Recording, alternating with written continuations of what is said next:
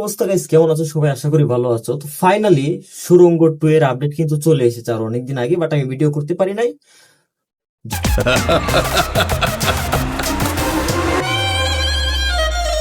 যখন সুড়ঙ্গ 2 এর আমি অ্যানাউন্সমেন্টের ভিডিওটা দেখছিলাম, বাট ভাই বিশ্বাস করবেন না, আমি জাস্ট অবাক হয়ে গেছিলাম যে একটা ফিল্মের অ্যানাউন্সমেন্ট ভিডিও এরকম হতে পারে।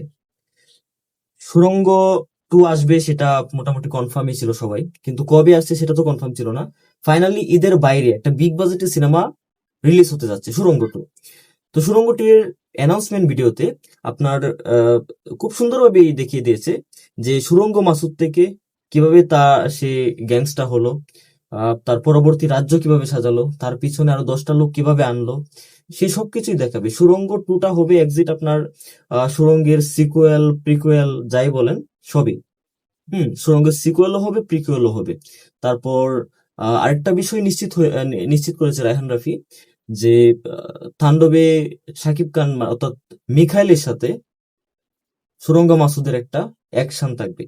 মিখাইল এবং মাসুদের ফাইট হবে। এখন এটাই দেখার পালা যে অ্যাকশন সিকোয়েন্সটা আদৌ কি মানে এখনকার সময় শুটিং করে সেটা সম্ভব হয় নাকি আগে শুট করে রেখেছিল, সেটা এখন দেখার বিষয়। তো আপনাদের কি মনে হয়, শাকিব খান কি সুড়ঙ্গ 2 সিনেমাতে কেমিও দিবে, বা আফরান নিশোর সাথে আমরা কি শাকিব খানকে hand to hand fight scene দেখতে পারবো?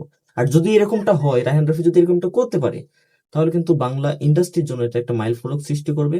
আর সে যেই ইউনিভার্স সৃষ্টি করতে চেয়েছে, গোজামিল যদি না করে তাহলে হোপফুলি ভালো কিছু হবে।